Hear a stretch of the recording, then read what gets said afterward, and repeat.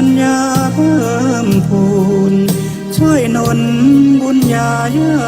ติโยมพระครูสังวรศิลางพิรักมั่นคงแน่นหนักในฐานะศิษย์พระโพดม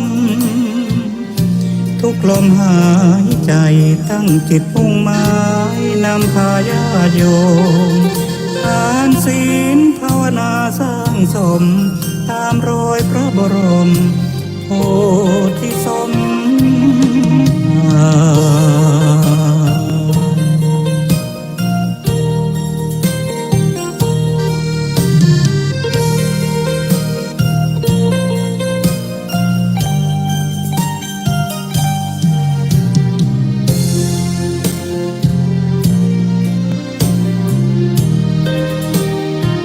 มรดกธรรมกำเมืองร้อยเรียงสำเนียงภาษาสืบสานตำนานล้านนาอันทรงคุณค่ามิให้เสื่อมสูญภูมิธรรมเก่าก่อนคติคำสอนอานิสงส์ผลบุญสติปัญญาเพิ่มพูนช่วยหนุนบุญญาญาติโยมพระครูสังวรศิลางพิรักมั่นคงแน่นหนักในฐานะศิษย์พระโพดมทุกลมหายใจตั้งจิตมุ่งหมายนำพาญาติโยมทานศีลภาวนาสร้างสมตามรอยพระบรมโพธิสม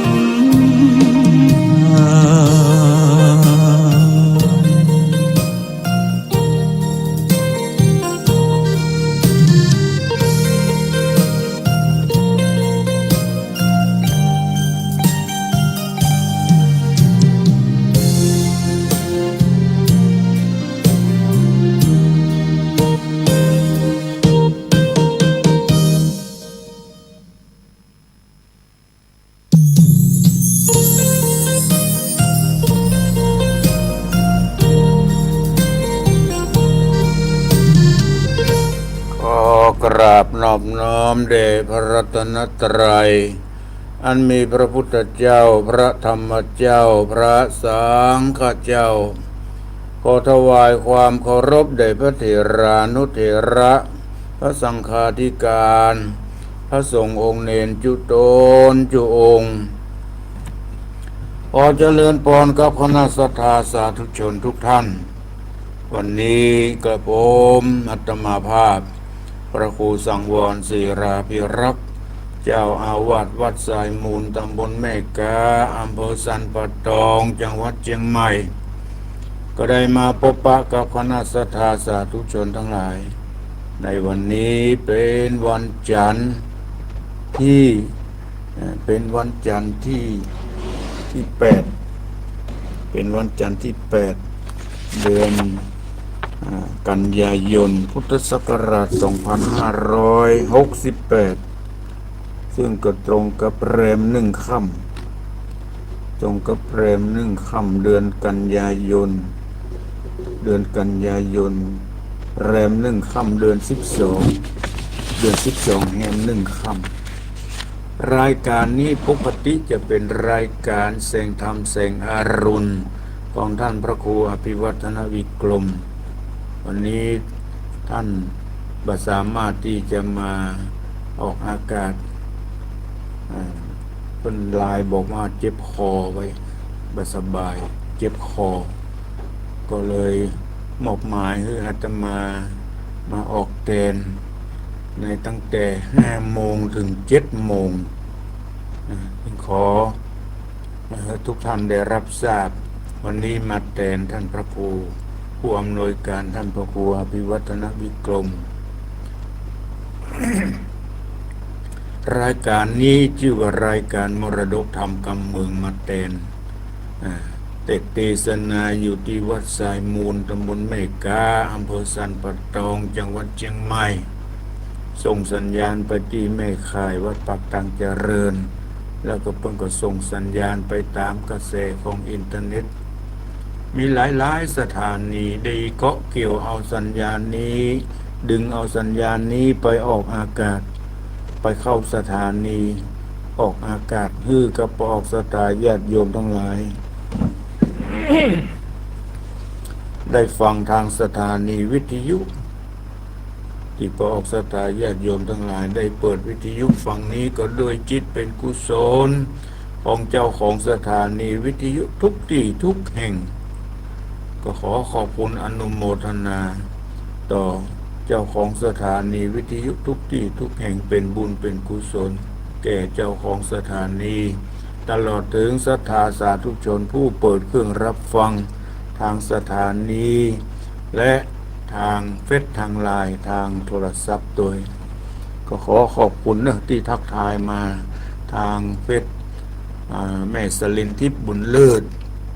แม่สายฝนจันกุณะตลอดถึงชิดชบา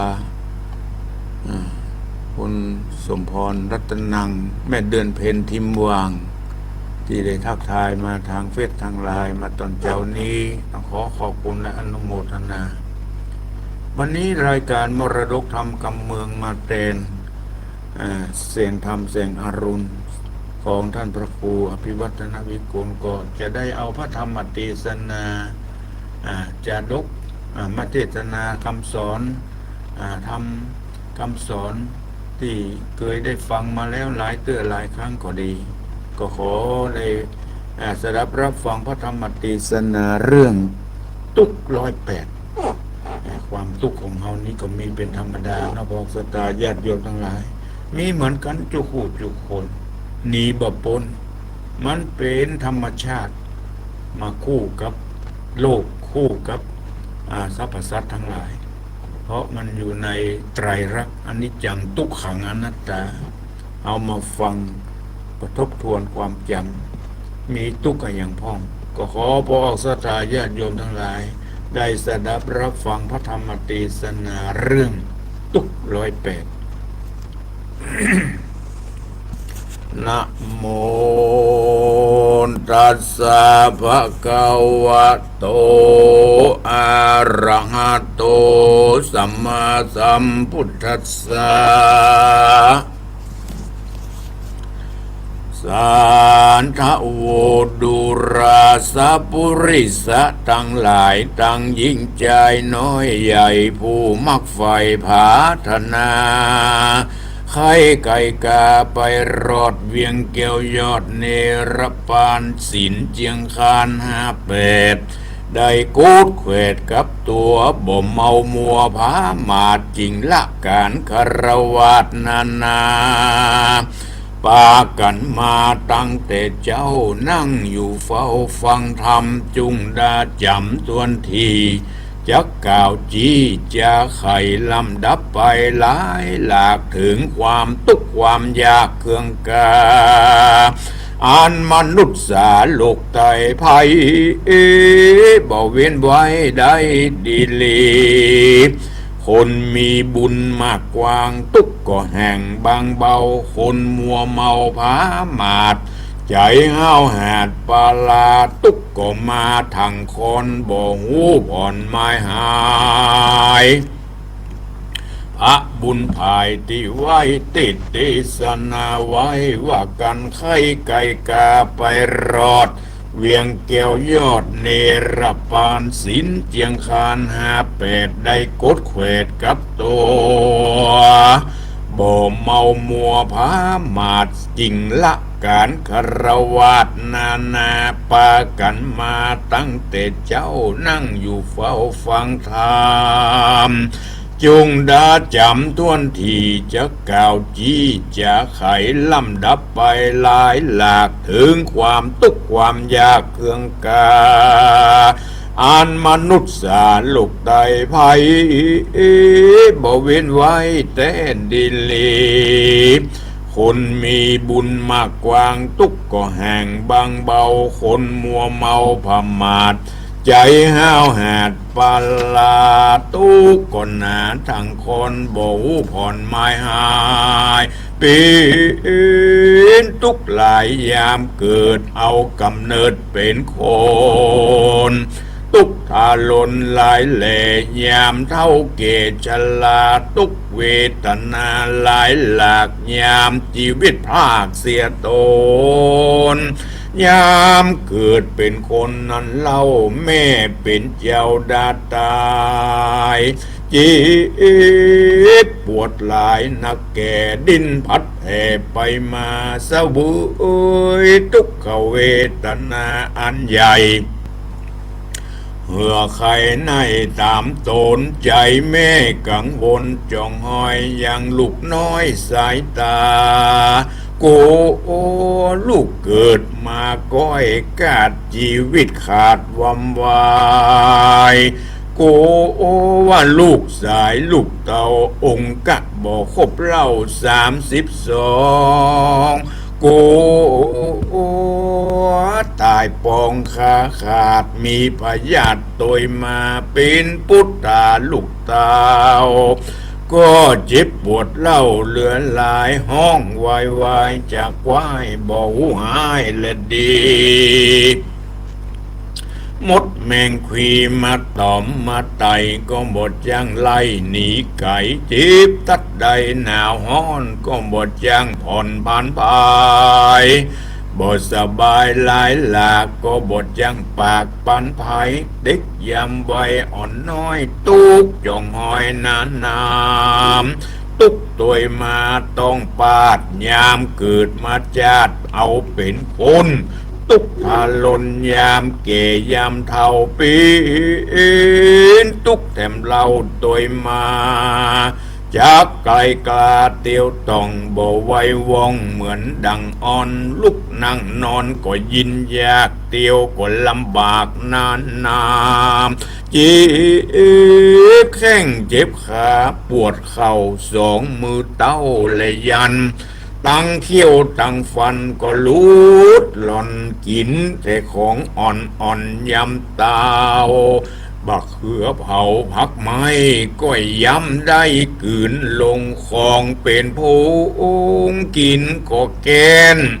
บ่อิ่มแน่นเหมือนอกเหมือนใจกินอันใดก็ได้พักได้ผ่อนย้อนธาตุอ่อนเหลือลายเยี่ยวจักกายเดือดไม่จีเมื่อยไข้ก็ตุยมาดังเกษาก็ผมก็งอกปานดำปานแดงออกเต็มตัวตาก็มามืดมัวหันก็บดแจ้งพอจุแห่งลุยลายตุกตั้งหลายนี่เล่าเป็นตุกย้อนความแก่เท่าชราตั้งกายยาไว้วันเตียวย่างก็สั่นเสซ้ำตาก็มืดดำเป็นตั้งจุกยอกย้ำเป็นโหนหายใจเลลุนยกตอดดูหิวหอดน้ำนาเนี่ยกันนาน้อยใหญ่ก็เนี่ยได้บ่เหมือนดังใจหมายจากไข่หลายหลากลูกหลานหากรุมจางเป็นตุกขังแต่เล่ายามเกยามเท่าชลาตุกมรณานั้นสายเป็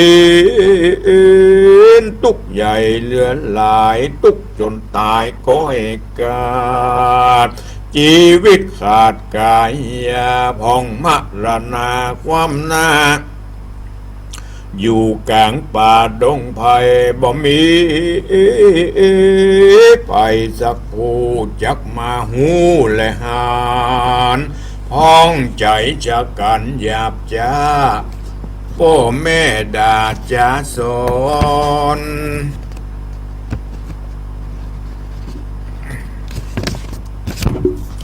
เงียหน้างอนโคตรไม่กินยาปิดใจวำวายพองกินยาอาหารลายเหลือแลพยาธิแผ่ก็ตัวมาบทตัญญาสักปากชีวิตก็พรากตายไปพ ท้องเปียวไฟเอาไม่หนี้บ่ได้ก็ตายผ่านป้องกันอาหารอดอยากชีวิตก็พรากวำวายพ้องจังปังไปคำคาพ้องฟ้าผ่าจับโตนพ้องปังกังบนบ่เหือดหอนไม่เดือดเรรนแขวนคอตนหลีกลี่หนีละนี่เงินคามลาลูกดำอ่อนน้อยให้สะซ้อยกองหาพ้องปาลาฮึกหยาบกระทำบาปเลือนหลายยามจักตายกระพากตุกลำบากเทรนพ้องบุญกุศลจงหอยยามจักกาดก้อยมรณาบ่เววาข้างใครตั้งสติได้ฉันดีคนในโลกีหลายแหล่บ่เว้นเวทถึงยิงถึงใจเดียนยอมตายเหมือนกันจุภูบ่ข้างอยู่สักคนแถมประการหนึ่งเล่าคือตุกโศกเศร้าเครื่องกาตุกปริเวตนาร้องห่มร้องไห้ตุกเอาไม่ในใจย้อนสายใหญ่พ่อแม่ตั้งเท่าเกตานายหรือลูกยิงใจใหญ่น้อยได้กากัดก้อยมรณาหรือพิษอาจยาเต้าไทยตั้นยับได้ปรับใหม่หรือนำไปใส่คุกใส่คอกบ่ได้ออกหึงเมื่อนานสายวงวานพี่น้องต่างหอยอยู่ห้องไกลกันจิตใจพันกึดไขว่ตุกเอาไม้ตัวมาคนบ่ปิยาคนบ่ปิยามักไฟปล่อยมาอยู่ไกลติดกันทุกวันไม่มาดบ่ได้ขาดสูญหายคันนิ่งหมายใครได้สมบัติน้อยใหญ่อันใดการบ่สูมใจไฟอ้างได้วิดวางเสียดโยมตุกก็มารุมทั้งคนบ่หูผ่อนไม้หายโลภะหลายอยากใดก็ปีนตุกใหญ่ตัวมาตุกแถมประการหนึ่งสายปีนตุกเกิดใกล้ในตนหรือเรรนไม่มาดบ่ได้ขาดเป็นนิรันดร์ลางคนหันเจงจอดลางคนกึดหอดดันพยาตุกตัวนี่นาจ่องหอยตั้งแต่อ่อนน้อยเยาว์วัยลำดับไปต่อเต้าถึงเกตเท่าชราคือระดูมาหนาวฮ้อนหิวอิดอ่อนกระหายกินอาหารหลายนักแก่เป็นตุกแผ่ตัวมาตุกนานิสัยหากระงับได้เป็นครั้งเป็นข่าวฮือระดูหนาวมาไขว่คนเงินใหญ่ถมหนาก็ซื้อวัฏฐาพาผ่อนมาห่มซ้อนตัวตนส่วนคนตุกคนจนนั้นกันอยากตุกลำบากเครื่องใจก็สุมไฟที่ไกลฮืออุ่นใดตามเมยามแดดดีแผดร้อนก็ยังหย่อนเงาบางยามต้องหวังใครยากก็สดใส่ปากตามมียามต้องบดดีปวดห้อนก็เข้าสู่บ่อนบังตาตุกตั้งหลายก็ตัวมานิสัยแก้ได้ไขว้ยิงใจกันเกิดมีหลายนักเกก็ตุกหลายแหล่ถึงตายแถมประการหนึ่งสายคือเจ็บเมื่อยไข้กายามีโรคาพยาธิมาต้องปาดตัวตน จุมหมู่คนใหญ่น้อยมีโรคย่องห้อยหลายประการหมอผ่านลำบาก90 ปากเป็นธาราจุมหมอยาปอการบอกว่าอยู่บ้านเมืองใดคือเป็นไอหักเป็นเลือดบ่หูเหือดไม่หายเป็นตาลายใจสั่นเป็นลมปั่นมาเฟือนเป็นลมเฟือนพิษย้อนลูกเป็นลูกถูกมนต์ยาม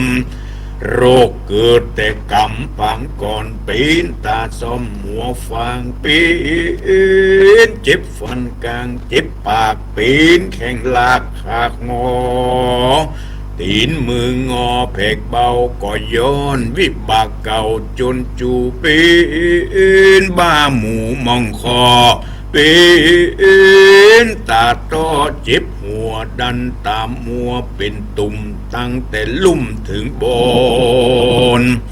พอตัวตนดูหลากเป็นเสี้ยนขาดหิดเอา2 มือเก่าบอกขาดเป็นสันนิบาตนั่นนะเป็นเน็บชาตายผากลุกนั่งยากก็ผ่านเป็นลมพันลมเกี่ยวปากบิดปากเบี้ยวผิดศีลผิดธรรมยามไขกรรมกล่าวอูดังคนบ่หูภาษาพองก็กินยาหลายซ้ำเสียกินยาล้ำก็เลยตาย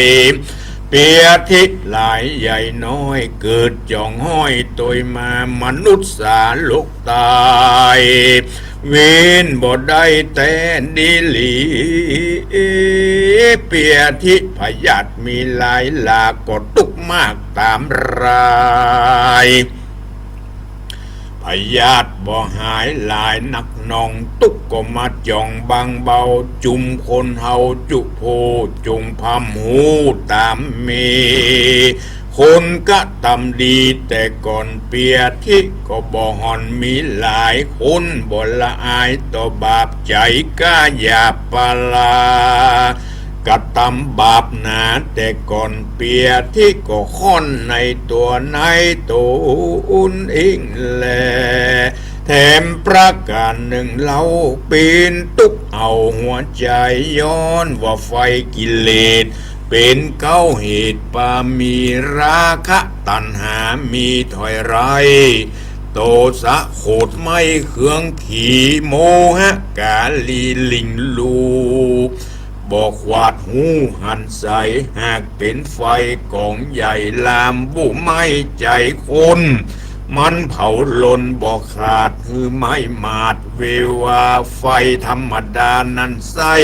ลุกบุไม่เป็นข้างเป็นโหนเปียวไฟลุนเดือดเตือนเป็นเตื้อบ่อลังเลือยาวไปส่วนว่าไฟกิเลสเผาจิตเจตใจคนมันเผาล้นจะใจบ่เว้นไว้คืนวานตุกวิตวันบ่พลากคือลำบากเครื่องกาย้อนกิเลสหนามวลหมู่มาสุมอยู่ในใจตุกยักไก่ไก่ปลากาพรากคางย้อนกิเลสแห่งบางเบาแห่มประการหนึ่งเราตุกย้อนวิบากเก่ามาปานคนสามัญในโลกสุขตุกโศกสุนการ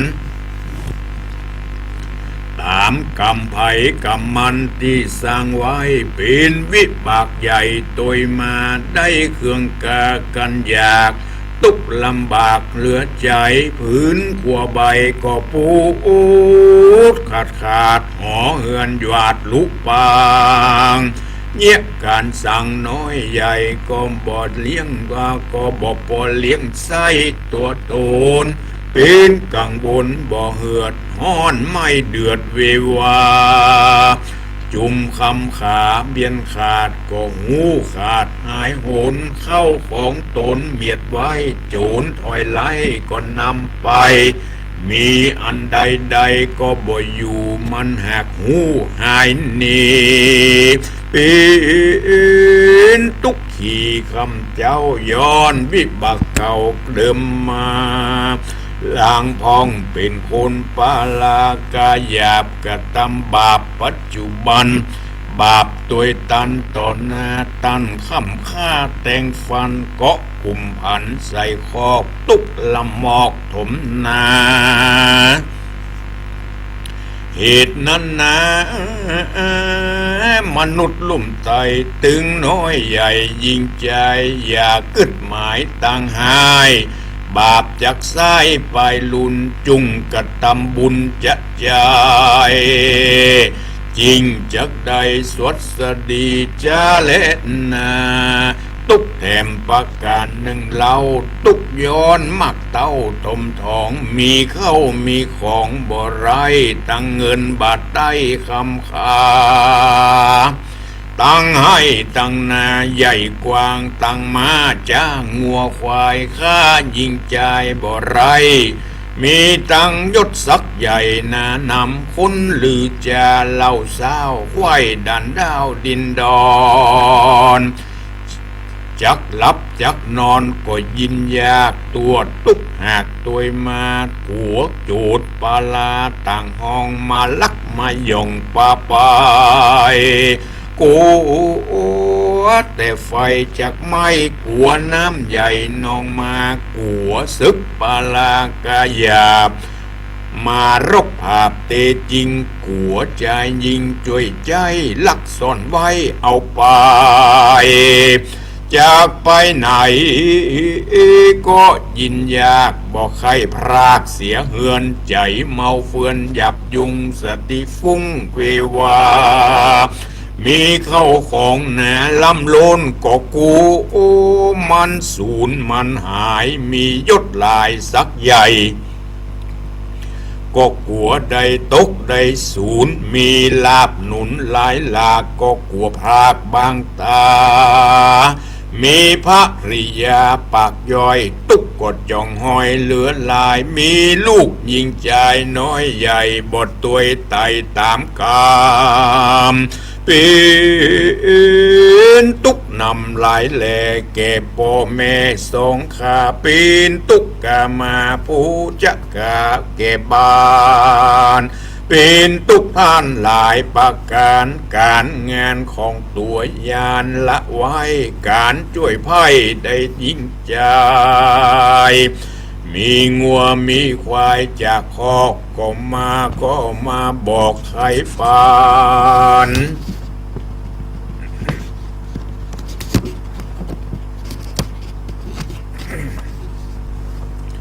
คนเดือดนั้นเมาเหล้าก็มาเล่าใครจะฮือกามะโพ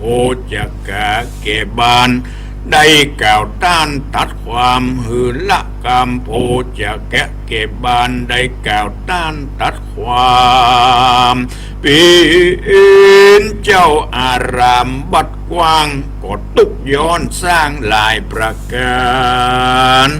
ตั้งวิหารพระธาตุสาลบาทกุดีไขวาตีกล่าวถอยน้ำลายย้อยเป็นสายจะขอลายมักเต้าเยี่ยวคนหนุ่มเทาหายตาก้อยโอสา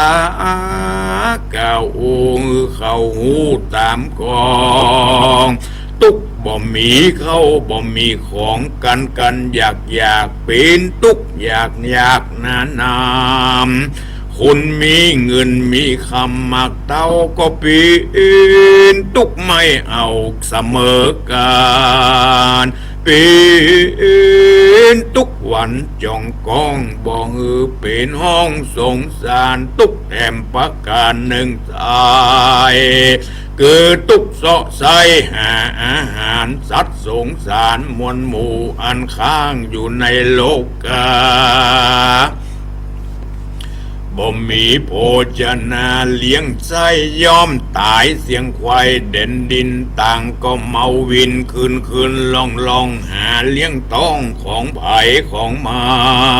รปีนิรันดร์จะใจบอกขาดได้สักวันพองเหี่ยวไปหับจ้างตามตั้นอ้างไข่ปันพ ห้องผายผันขึ้นล่องตามบวกห้องล่องวังทานกำมาปานใครจอดตายตกตอดวังวนละลูกเมียตนต่ำก้อยตุกสุกอ้อยก็ตวยมาพ้องเข้าดงหนาห้อมห้วยหาหยุกหากล้วยหาปีเห็ดหอมมีในป่าสัตว์ลายล่าคบตนบ่ได้หูปิดปอกควายนาออกขึ้นมาพ้องไก่กาไปกาโจรพกข้าวำบายพ้องขงควายห่างไห้พ้องก็ใส่หน้าปีปลูกผักมีต่างตามไฟอ้างของไผ่ของมารคนอันนั้นจุบ่อนปีนตุกย้อนต่างกินต่างก็เมาวินเสียงเลี้ยงไส้บ่หอนได้วางลาคนเงินหนามักเต้าคนมีเข้ามีของเหลือหลายการขงควายเลี้ยงปากก็บ่พอลำบากปานใดส่วนคนเข็นใจอยากไรบ่มีเงินใต้คำขาบ่มีให้บ่มีนาใส่ข้าวสามลูกเต้าก็เป็นมีหลายคนปีนตุกตนพ่อแม่ลูกให้อะแอของกินพ่อแม่เมาวินเสาะไส้บ่อิ่มได้เต็มตันจับรางวัลน้ำเข้าได้กินเข้าแต่เจ้ายามง่ายถือยามควายบายคอนต้องก็ฮ้อนเหลือหลายบ่มีอาหารเข้าน้ำหมดเสียงซ้ำในเฮือนใจเมาเฟือนปั่นไม่ขันนิ่งไขว้ไปมาพิจารณาขึ้นลองบ่หันจ้องตั้งใดยินตันใจหลายหลากย้อนลำบากอนาถาอันนี้นะเป็นทุกหลายประการดังที่ได้เทศนามาศรัทธาทั้งหลายเท่าเก็บพ่อแม่พี่น้องเอาความตุกแถมประการตุกไม่เอาเป็นโหนคือตุกย้อนจนท้าถอยในเรื่องใหญ่น้อยนาจุมบงสาพี่น้องต่างเปื้อนป้องสหายจากกำหลายถอยไล่บทตัวไต่ตามธรรมใจมัวดำถอยไล่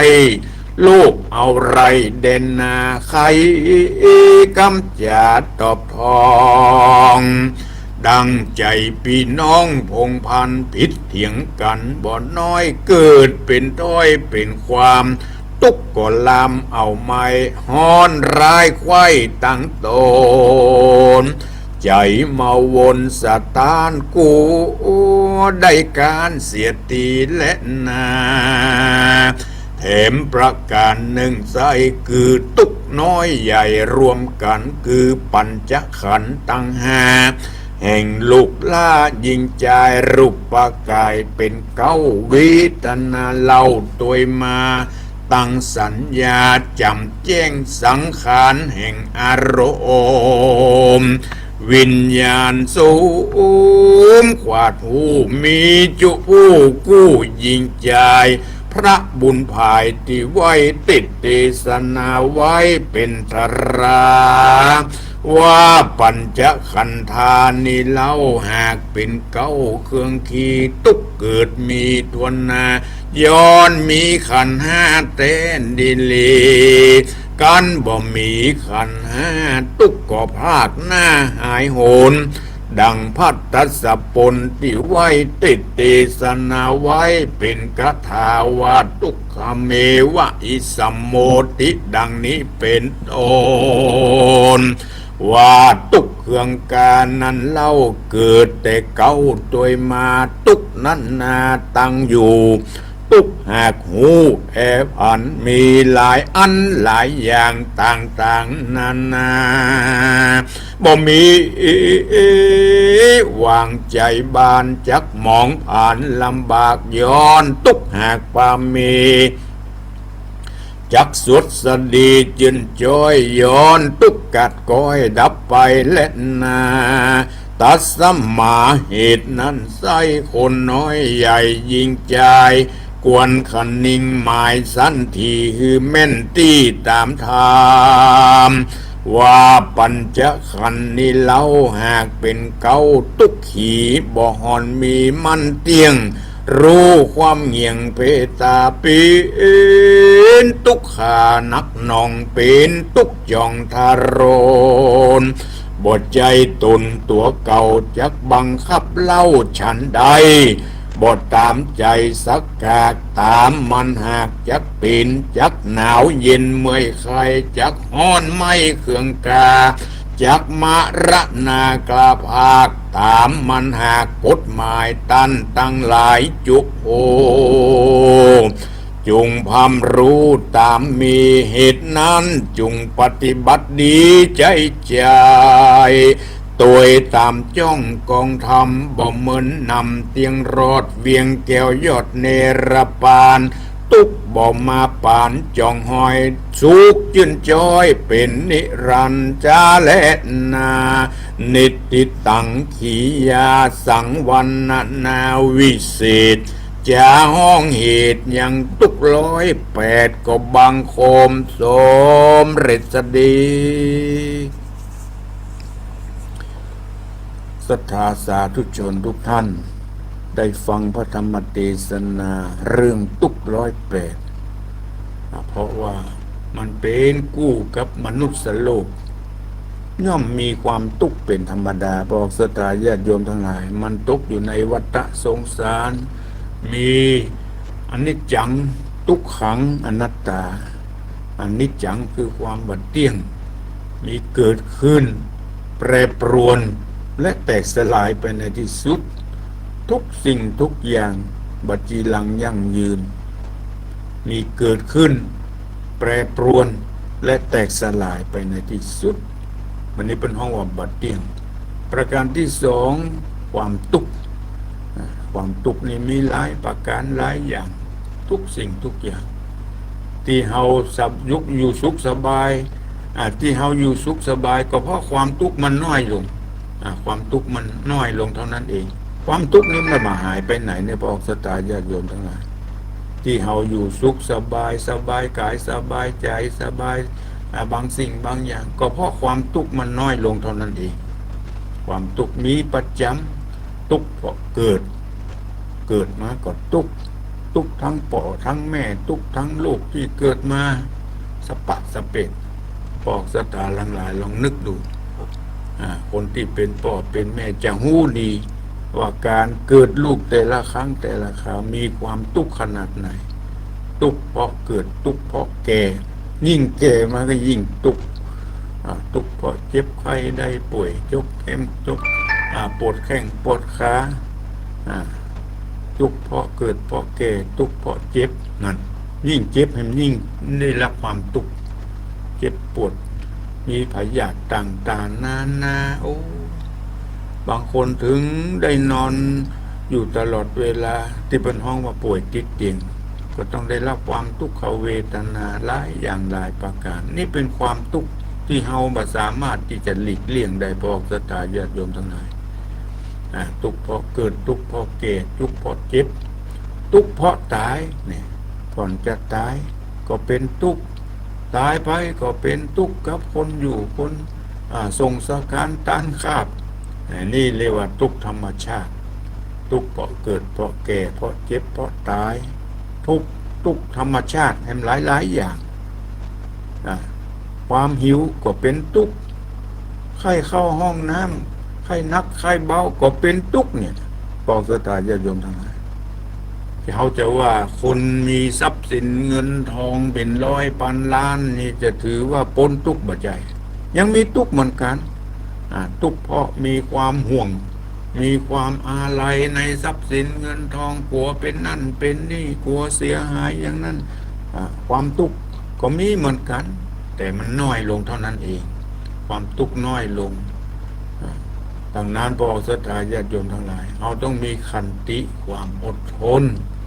ขันติความอดทน อดต่อธรรมชาติอดต่อการเจ็บไข้ได้ป่วยใจสันติความอดทนต่อทุกขเวทนาอันเกิดจากการเจ็บไข้ได้ป่วยทุกขเวทนาต่างๆนานาแต่พระพุทธองค์เปิ้นตรัสว่าสุขโขปุญญสะอุจจโยการสั่งสมไว้ซึ่งบุญจะนำความสุขมาฮือจะพ้นทุกข์ไปพ่องอย่างนี้เป็นดังนั้นเฮาท่านทั้งหลายควรสั่งสมไว้ซึ่งบุญ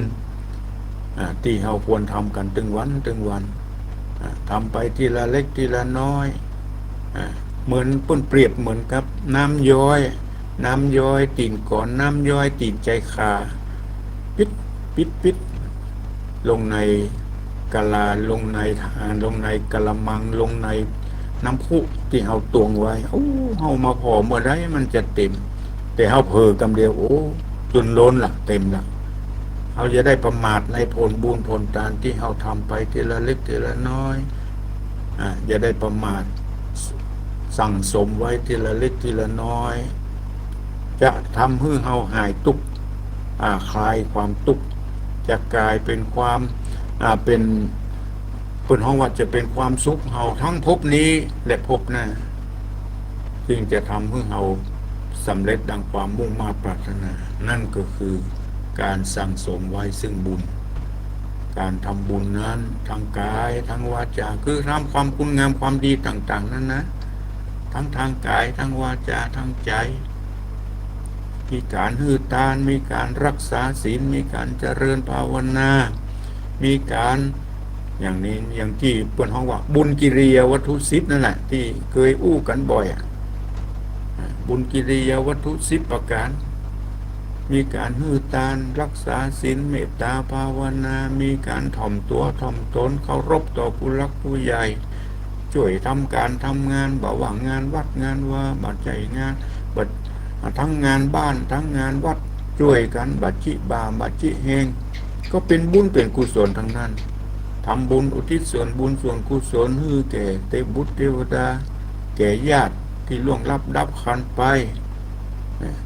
เปิดห้องว่าปัตตานุโมทนาไมอนุโมทนาไมการฟังน้ำฟังธรรมก็เป็นบุญการเทศนาธรรมก็เป็นบุญ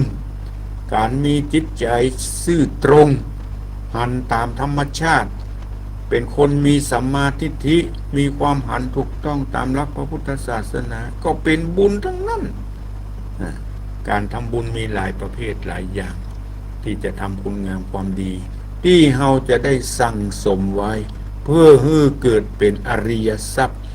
นำเฮาไปสู่ภพภูมิที่ดีที่งามในอนาคตภายหน้าจะได้รับความสุขทั้งภพนี้และภพหน้าความทุกข์จะน้อยลงก็ขอปอกศรัทธาญาติโยมทั้งหลายได้สั่งสมไว้ทีละเล็กทีละน้อยขอฝากไว้สำหรับเจ้านี้ที่มาแทนท่านพระครูอภิวัฒนวิกรมในรายการแสงธรรมแสงอรุณ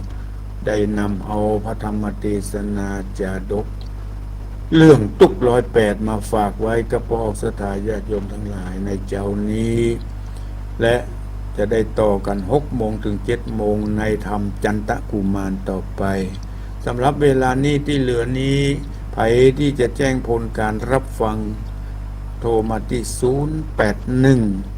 289 8992 นั่นปอกศรัทธาญาติโยมทั้งหลาย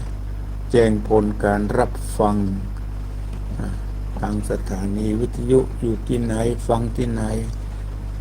ช่วงนี้เป็นช่วงของการแสดงออกซึ่งความกตัญญูกตเวทิตาต่อบรรพบุรุษที่ได้จากไปในช่วงเดือน12ตามที่ออกในธรรมเปตปารีเปิ้นปล่อยยาติกาวงศาที่เขาเจ้าเหล่านั้นได้ล่วงลับดับขันไปได้รับความทุกข์ความทรมานมารับผลบุญผลทานใครที่ยังบ่ได้ทำบุญหืดทานหืดแก่ญาติก็รีบที่ทำเจริญพรโทรมาจากไหน แม่น้อมฟังชัดเจนนะที่เวียงหนองล่องนอ เจ้าท่านเจนดีทุก108นี่โอ้ มีเหมือนกันนะมีเหมือนกันทุกคู่ทุกคนน่ะ เจ้า เจ็บหัวเข่าไว้ก็ได้กับ เจ็บหัวเข่าก็เป็นทุกข์อ้อทุกข์ธรรมชาติขอบคุณเนอแม่น้อมเนอบุญรักษาเจริญพร เจ้ากับไรสาเจ้าท่านพระครูวันนี้ทำตุก108นะเจ้า เจ้าเปิงเพิ่นว่าอย่างเพลงเพิ่นว่านะเจ้า อืม ตุก108เขากระทำบุญฉุนกันมันก็หายทุกไป ทุกข์ไป เจ้าเขากินกันเอาสินดำกับมาได้เนี่ยเป็นที่จังที่เปิ้งมันก็หายทุกไปเจ้า ลูกก็สั่งสมไว้ซึ่งบุญนำสุขมาฮื้อเป็นไว้อ่ะ เจ้ากลับไว้จ้าด้วยท่านพระครูท่านยินดีเด้อ เจริญพร ไว้สาเจ้าท่านพระครู โทรมาจากไหน จากลำปางเจ้าวันไหลน้าน้อยแม่น้อยอุตุลีเจ้า โอ้ที่ลำปางก็ฟังชัดเจนดีเนาะ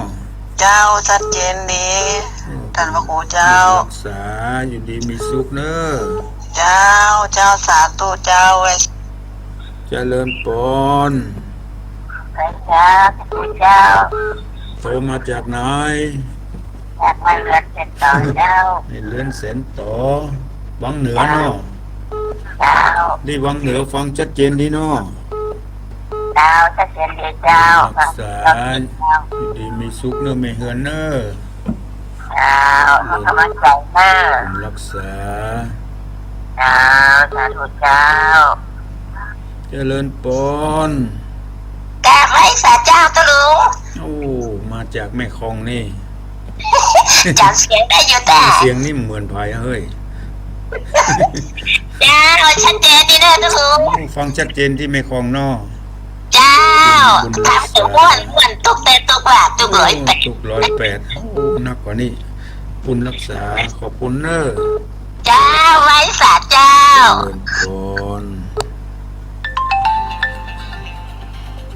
เจริญพร ไว้สาเจ้าแม่ทำอยู่เนอะ โทรมาจากไหน มาจากน่านเจ้าแม่สมฤทธิ์เจ้า สมฤทธิ์อำเภอนั่นอำเภออย่างก็ อำเภอสาเจ้า อำเภอเวียงสาจังหวัดน่านเนาะ เจ้า ที่น่านนี่ก็ฟังชัดเจนดีเนาะ ชัดเจนดีเจ้า เป็นบุญเป็นกุศลได้ฟังกันทั่วบ้านทั่วเมืองเนาะ เจ้าไว้สาเจ้า บุญรักษาอยู่ดีมีสุขเจริญพร ไว้สาเจ้าพระครู โอ้มาจากไหน มาจากเรียงประการ แม่จันเฟียงมาจากตะการฟังชัดเจนดีเนาะที่ตะการเนาะ โอ้ชัดเจนดีเจ้า คนตุ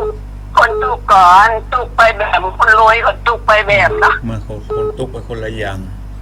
ตุกไปแบบคนมี ความตุกปุ่น มีเหมือนกันทุกคู่ทุกคน แต่ต้อง เข้ามาก็ ต้อง ตุกกับสังขารเนี่ย แต่ต้องพยายามทำจิตทำใจ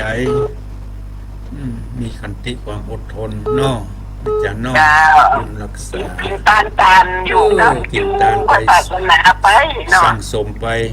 ตุกก็เบาบางตุกก็เบาบางลง สั่งสมไว้ซึ่งสุข ตัดจีนที่เจ้า บุญรัก ตา ษา เจ้า อยู่ดีมีสุขจันทร์เลื่อนสายบ้านตะการโอ้สายลุดไปนะไอ้ที่โทรมาอีกที่บุญรักษาเจริญพร เจ้านักการเจ้า โทรมาจากไหน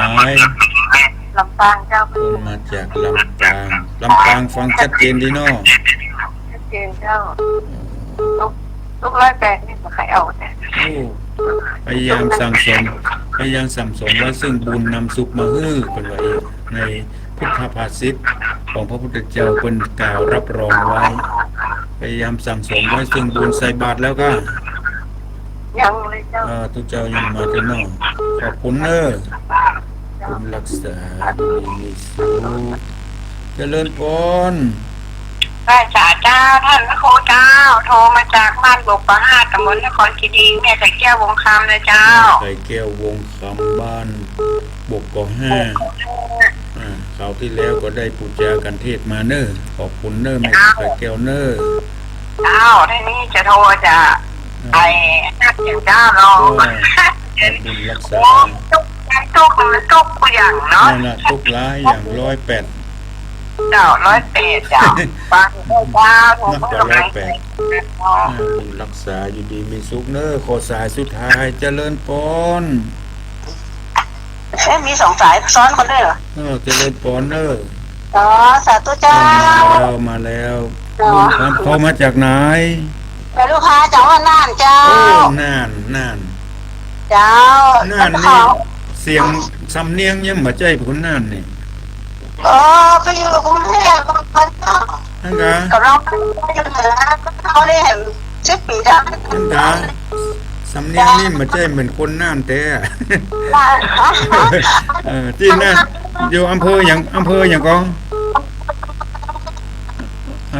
เสียงลุละละอำเภออย่างก็